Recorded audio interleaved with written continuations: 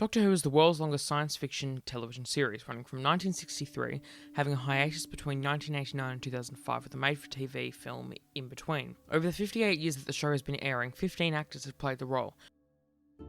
In the show, the Doctor travels the universe in a time machine called a TARDIS, which stands for Time and Relative Dimensions in Space.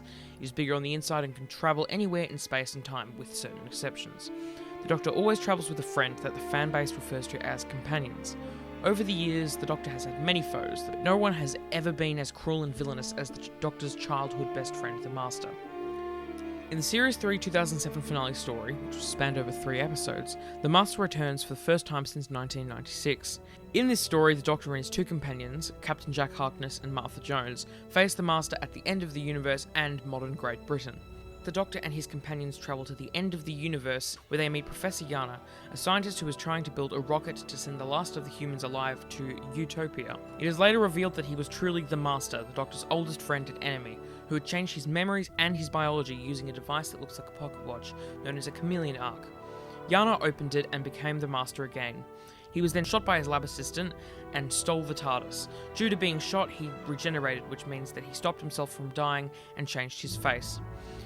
The Doctor and the companions escape and travel to 2007 and discover that the Master has become the Prime Minister of Great Britain and has a wife. Later in the story, on board of the Valiant, the Master unleashes havoc on the world by bringing the fictional race of the Toclafane to Earth to kill the human race. The Toclafane are later revealed to be humans from the end of the universe that we saw in the first part of the story. After the Master takes over the world and takes the Doctor, Captain Jack and Martha's family as his prisoners, Martha escapes and travels the world over the next year, telling people about the Doctor and to think his name when the countdown hits 0. This restores the Doctor to his regular body using psychic energy. The Doctor then rises in the air and hugs the Master, telling him he forgives him. Time reverses by a year, but Martha, her family, the Doctor, Jack, the Master and Lucy Saxon all remember it as they were at the eye of the storm. The Master is then shot by his wife and dies, refusing to regenerate.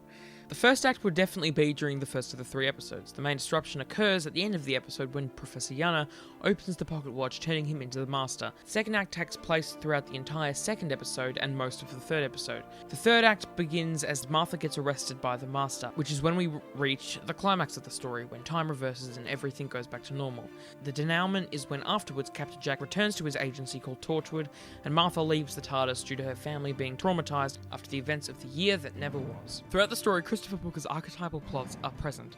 Firstly, we have overcoming the monster. In this story, it is made very clear that the Master is the monster.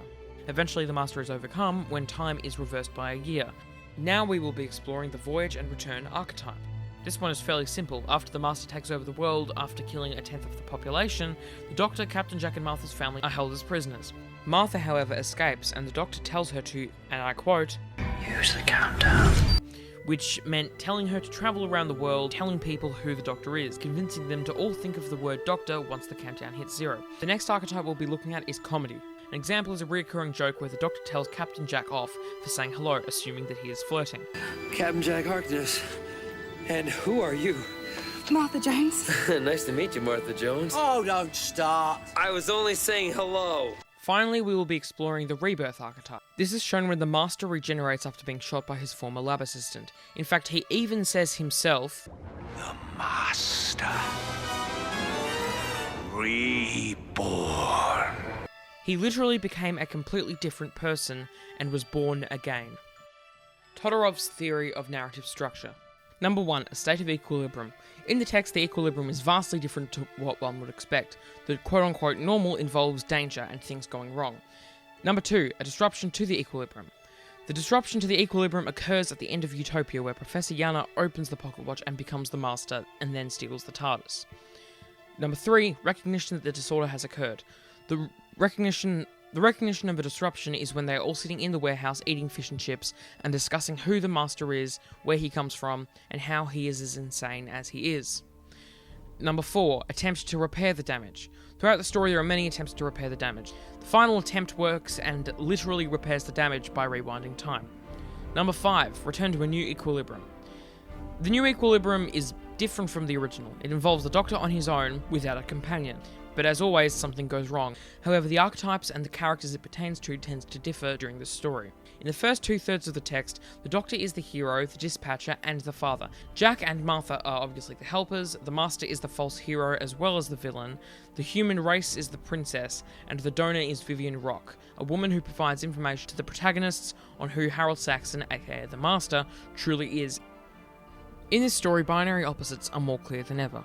The Doctor has a monologue explaining that he and the Master were so brilliant back on Gallifrey, and then says that after staring into the untempered schism, which is a hole in the fabric of reality, some were inspired, some ran away, and some would go mad. The Doctor ran away, and the Master went mad.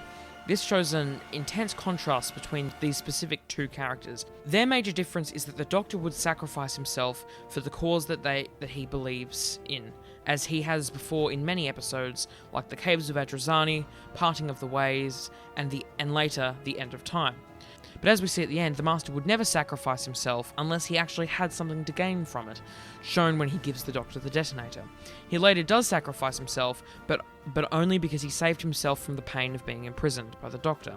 In summary, the story of the 3 final episodes of Doctor Who Series 3 perfectly illustrate uses of the 3-act structure, Christopher Booker's plot archetypes, Todorov's theory, Prop's theory of character archetypes, and Levi Strauss's theory of binary opposites, through multiple plot threads and characters. Thank you very much for watching.